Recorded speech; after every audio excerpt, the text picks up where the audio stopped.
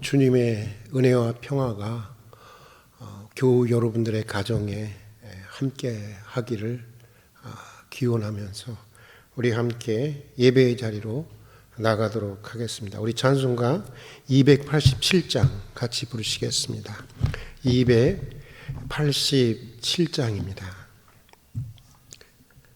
예수 앞에 나오면, 예수 앞에 나오면 죄사함 받으며 주의 품에 안기어 편히 쉬리라.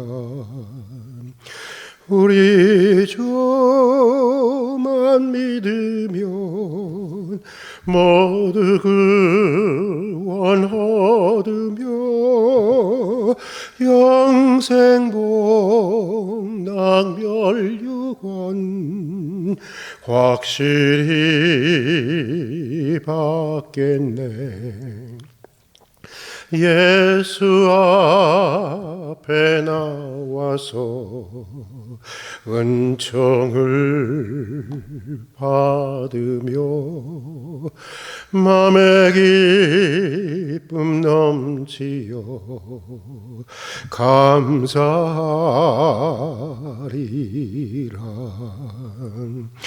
우리 주만 믿으면 모두 구원 얻으며 영생복 낙멸유관 확실히 받겠네. 예수 앞에 설 때에 신옷을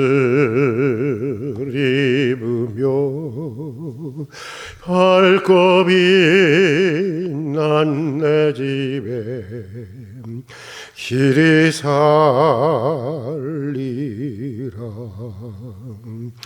우리 주만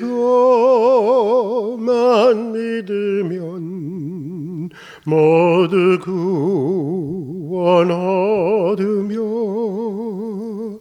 영생복 낙멸유관 확실히 받겠네. 오늘 우리가 함께 나눌 말씀은, 묵상할 말씀은 잠언 1장 20절부터 33절까지의 말씀입니다. 잠언 20장, 잠언 1장 20절부터 33절까지의 말씀입니다. 제가 읽도록 하겠습니다. 지혜가 길거리에서 부르며 광장에서 소리를 높이며 시끄러운 길목에서 소리를 지르며 성문 어귀와 성중에서 그 소리를 발하여 이르되, 너희 어리석은 자들은 어리석음을 좋아하며 거만한 자들은 거만을 기뻐하며 미련한 자들은 지식을 미워하니 어느 때까지 하겠느냐. 나의 책망을 듣고 돌이키라. 보라, 내가 나의 영을 너희에게 부어주며 내 말을 너희에게 보이리라. 내가 불렀으나 너희가 듣기 싫어하였고 내가 손을 폈으나 돌아보는 자가 없었고 도리어 나의 모든 교훈을 멸시하며 나의 책망을 받지 아니하였은즉 너희가 재앙을 만날 때에 내가 웃을 것이며 너희에게 두려움이 임할 때에 내가 비웃으리라. 너희의 두려움이 광풍같이 임하겠고 너희의 재앙이 폭풍같이 이르겠고 너희에게 근심과 슬픔이 임하리니 그때 너희가 나를 부르리라. 그래도 내가 대답하지 아니하겠고 부지런히 나를 찾으리라. 그래도 나를 만나지 못하리니 대저 너희가 지식을 미워하며 여호와 경외하기를 즐거워하지 아니하며 나의 교훈을 받지 아니하고 나의 모든 책망을 없인 여겼음이니라. 그러므로 자기 행위의 열매를 먹으며 자기 꾀에 배부르리라. 어리석은 자의 퇴보는 자기를 죽이며 미련한 자의 안일은 자기를 멸망시키려니와 오직 내 말을 듣는 자는 평안히 살며 재앙에 두려움이 없이 안전하리로다. 아멘. 오늘도 주님의 평화가 우리 교우들의 가정에 함께 하시기를 축복합니다. 오늘 우리가 읽은 말씀은 지혜를 의인화해서 이 잠언을 읽는 이들에게 지혜를 찾고 지혜를 사랑하기를 권면하는 말씀인데, 여기 보면 참 특별한 것이 지혜가 소리치고 있는 장소가 지식의 전당이라는 학교가 아니라고 하는 점입니다. 거리, 장터, 내거리, 성문 어귀에서 지혜가 소리치고 있는 점이 매우 특별합니다. 거리, 장터, 내거리, 성문 어귀, 무엇을 의미하는 것일까요? 사람들이 모여 일상의 삶을 사는 자리라는 뜻입니다. 그러니까 이런 말입니다. 지혜라고 하는 것은 무슨 위대한 학자나 학교와 같이 특별한 사람이나 특별한 자리에서만 배울 수 있는 것이 아니라고 하는 것을 얘기해 주고 있습니다. 물론 무심히 지나가는 사람들에게는 가치 없는 것이고 의미 없는 것이지만 일상의 삶 어디에서나 배울 수 있고 일상의 자리 어디에나 널려 있는 것이 지혜라고 하는 것을 얘기해 주고 있는 것입니다. 그래서 오늘 말씀에 보면 지혜는 자신을 외면하고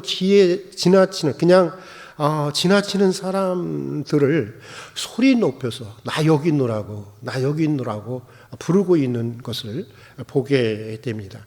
우리 다 같이 한번 20절에서 23절까지의 말씀을 읽어보도록 하겠습니다. 지혜가 길거리에서 부르며 광장에서 소리를 높이며 시끄러운 길목에서 소리를 지르며 성문 어귀와 성중에서 그 소리를 발하여 이르되 너희 어리석은 자들은 어리석음을 좋아하며 거만한 자들은 거만을 기뻐하며 미련한 자들은 지식을 미워하니 어느 때까지 하겠느냐. 나의 책망을 듣고 돌이키라. 보라, 내가 나의 영을 너희에게 부어주며 내 말을 너희에게 보이리라. 여기 보면 지혜가 맨 먼저 어리석은 자를 부르고 있는 것을 보게 됩니다. 공동 번역에서는 이 어리석은 자를 철부지라고 번역하고 있는데, 여러분 어떤 사람을 우리가 철부지라고 그러는 것입니까? 이 철부지라는 말은 사실 한글과 한자가 합성돼서 생겨진 단어입니다. 그러니까 때를 의미하는 철이라는 한글과 모른다는 뜻의 부지라는 한자가 합쳐진 단어가 바로 철부지입니다. 그러니까 말 그대로 철을 모른다는 것입니다. 시기가 언제인지 모른다는 것입니다. 때를 모른다는 것입니다. 심을 때가 있고 가꿀 때가 있고 거둘 때가 있는 농사처럼 우리 인생에도 다 철이 있고 때가 있다고 하는 것입니다. 시즌이 있다고 하는데 그것을 모르고 그때를 놓치는 사람들을 말하고 있는 것입니다. 이런 사람이 바로 철부지이고 이런 사람이 어리석은 사람인데, 지혜는 지금 그런 사람들을 부르고 있고 그런 사람들에게 인생의 때에 대해서 일깨워 주고 있다고 하는 것입니다. 우리가 지금 계절적으로는 가을에 이렇게 접어들지 않았습니까? 그런데 가만 생각해 보면 이 가을도 우리에게 지금 인생의 때를 일깨워 주고 있는 것입니다. 사도 바울은 그가 로마에 쓴 서신에서 이렇게 말하고 있습니다. 또한 너희가 이 시기를 알거니와 이는 이제 자다가 깰 때가 벌써 되었으니 이는 이제 우리의 구원이 처음 믿을 때보다 가까워 왔습니다. 밤이 깊고 낮이 가까워 왔으니 그러므로 우리가 어둠의 일을 벗고 빛의 갑옷을 입자. 낮에와 같이 단정히 행하고 방탕하거나 술 취하지 말며 음란하거나 호색하지 말며 다투거나 시기하지 말고 오직 주 예수 그리스도로 옷 입고 정욕을 위하여 육신의 이 일을 도모하지 말자. 지금이 어느 때인지 인생의 때를 알고 영적인 때를 알고 세상의 때를 알고 살아야 한다고 하는 것입니다. 여기에 지혜가 있다고 하는 것입니다. 자, 또 오늘 본문이 말하는 지혜는 다음으로 이 거만한 사람을, 거만한 자를 부르고 있는데, 여러분, 거만한 자는 누구를 말하는 것입니까? 남을 깔보고 업신여기는 사람입니다. 제 본수와 주제도 모르고 나대면서 잘난 체 하면서 사는 사람들입니다. 사실 자신의 진실을 모르고 살아가는 사람들입니다. 혹시 여러분들은 공작새가 날개의 깃을 쫙 펴신 것을 보신 적이 있는지요? 사람들은 보통 공작새가 깃을 펴는 모습에 황홀해합니다. 거기에 매료가 됩니다. 그래서 저놈의 공작이 언제 이 날개의 깃을 펼치나, 사람들은 그것만 기다립니다. 저도 그래 왔습니다. 그런데 최근에서야 알게 된 사실이 있습니다. 이것입니다. 공작새가 깃을 펴고 있을 때는 절대로 먹을 수가 없다고 하는 것입니다. 그러니까 멋있다고 이 깃만 펴고 있다가는 결국은 굶어서 죽게 된다고 하는 것인데, 여러분, 잘난 척하고 남 깔보고 허영에 빠져 사는 사람은 마치 이런 것과 같지 않을까요? 마치 날개를 쫙 접지 않는, 날개를 결코 접지 않고 사는 화려한 공작새와 같은 그런 것이 아닐까, 그런 생각을 해보게 됩니다. 자기가 잘난 줄만 알고 있지만, 자기 잘난 줄 알지만 사실은 영적으로는 죽음을 향해서 한 발짝씩 내딛고 있는 것입니다. 지혜는 그런 거만한 사람들에게 인생의 진실과 겸손을 일깨워 주고 있는 것입니다. 자, 또 오늘 말씀에 보면 지혜는 세 번째로 미련한 자를 부르고 있습니다. 근데 여러분, 미련하다고 하는 것이 무슨 뜻일까요? 국어 사전을 찾아보니까 미련하다고 하는 뜻이 어리석고 둔하다, 이렇게 되어 있습니다. 어떻게 보면 분위기를 파악하지 못하고 이 센스가 전혀 없는 사람을 얘기하는 것입니다. 어리석고 잘못된 고집을, 말도 안 되는 고집을 일방적으로 끝까지 밀어붙이는 사람을 의미하는 것입니다. 제가 만약 사람을 쓸 일이 있다면 저는 말입니다, 착하지만 미련한 사람보다는 약간 진실성이 떨어지더라도 센스가 있는 사람을 쓸 것입니다. 우리 속담에 이런 말이 있지 않습니까? 여우 같은 마누라하고는 살아도 곰 같은 마누라하고는 살기 어렵다는 말이 있지 않습니까?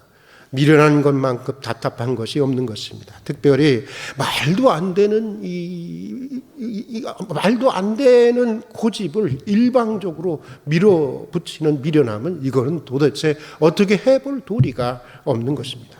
물론 미련하다는 것과 뚝심이 있다고 하는 것은 다른 것입니다. 뚝심이 있다고 하는 것은 좋은 뜻을 세워서, 아름다운 뜻을 세워서, 선한 뜻을 세워서 그것을 초지일관 관철시켜 나가고 밀고 나간다고 하는 것을 이야기하는 것입니다. 우공이산이라고 하는 그 고사가 바로 이것을 얘기해 주고 있습니다.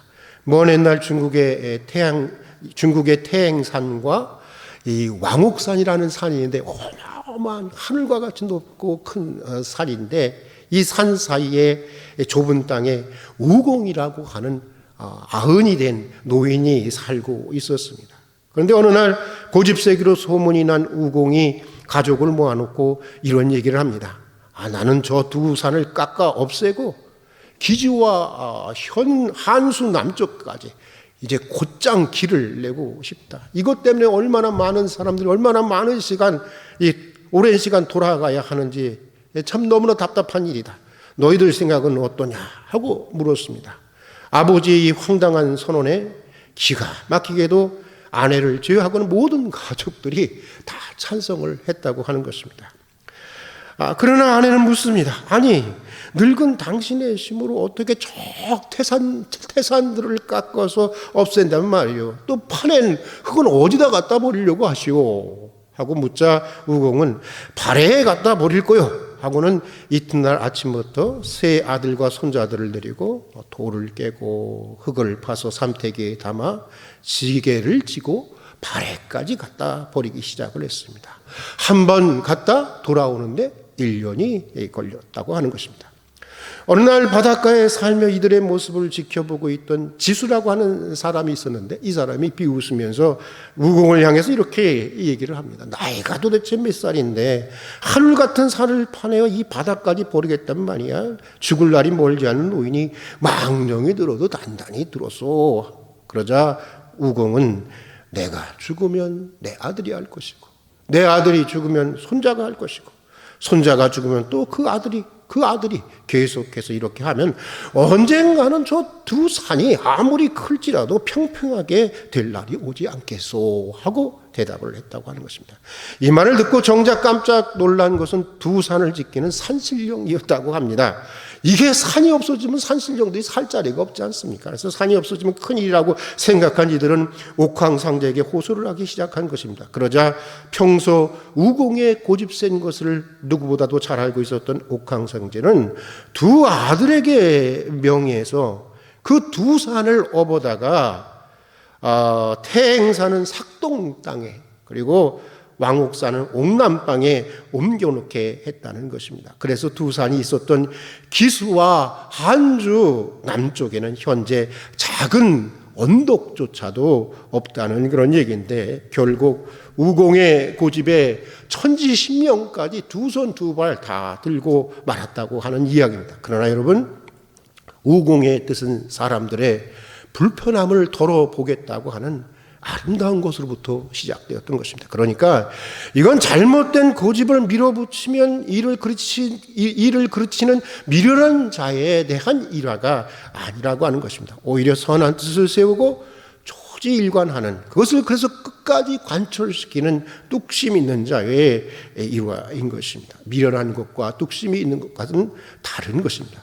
뚝심은 사실 뚝심이라고 하는 것은 지혜로운 자의 성품인 것입니다. 사랑하는 교우 여러분, 지혜는 모든 사물과 흐름 속에 이 삶의 흐름 속에 다 깃들어 있는 것입니다. 오늘 말씀대로 그런 것입니다. 삼라 만상 모든 것들이 지혜를 가르치고 슬기를 가르쳐주고 있는 것입니다. 풀 한 포기 벌레 한 마리조차 우리가 무심히가 아니라 유심히 살펴보면 풀 한 포기 벌레 한 마리조차 하나님의 지혜를 담고 있는 것입니다. 자세히 보면 지혜가 깃들지 않은 시간도 공간도 없는 것입니다. 지혜는 마치 해변가의 모래와 같이 모래알처럼 모든 곳에 우리의 일상 모든 곳에 흩어져 있는 것입니다. 다만 이런 것입니다. 겸허히 허리를 숙여서 배우려 하지 않으니까 얻을 수가 없는 것입니다.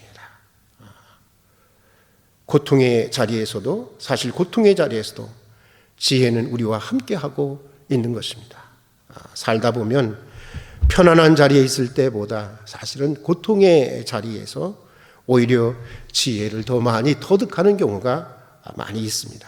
그러나 그럼에도 미련한 자들은 고통의 시간을 관통하면서도 고난의 시간을 관통하면서도 아무것도 배우지 못하는 경우가 많이 있습니다. 제자리에서 그냥 맴돌거나 퇴행하든지 그런 인생을 살아가는 사람들이 많이 있습니다. 오늘 잠언 32절과 33절의 말씀은 이렇게 말하고 있습니다.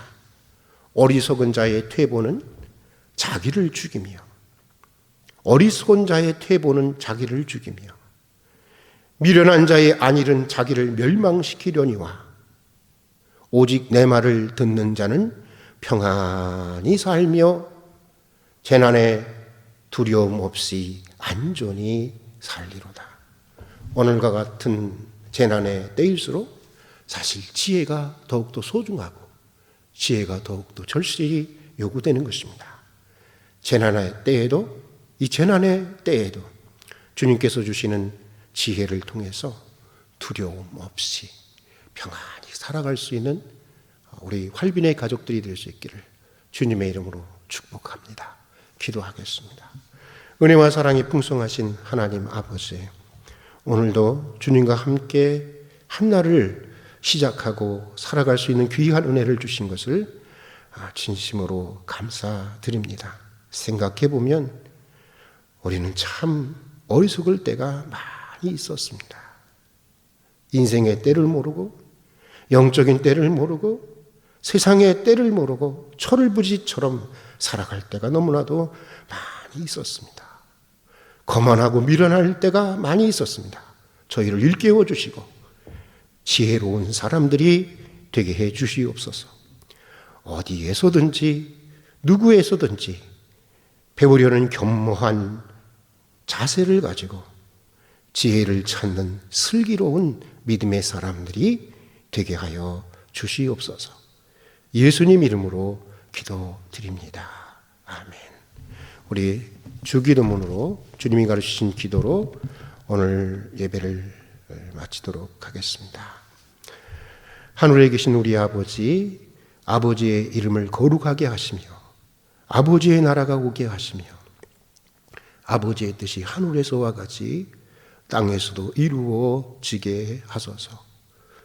오늘 우리에게 일용할 양식을 주시고 우리가 우리에게 잘못한 사람을 용서하여 준 것 같이 우리 죄를 용서하여 주시고 우리를 시험에 빠지지 않게 하시고 악에서 구하소서. 나라와 권능과 영광이 영원히 아버지의 것입니다. 아멘.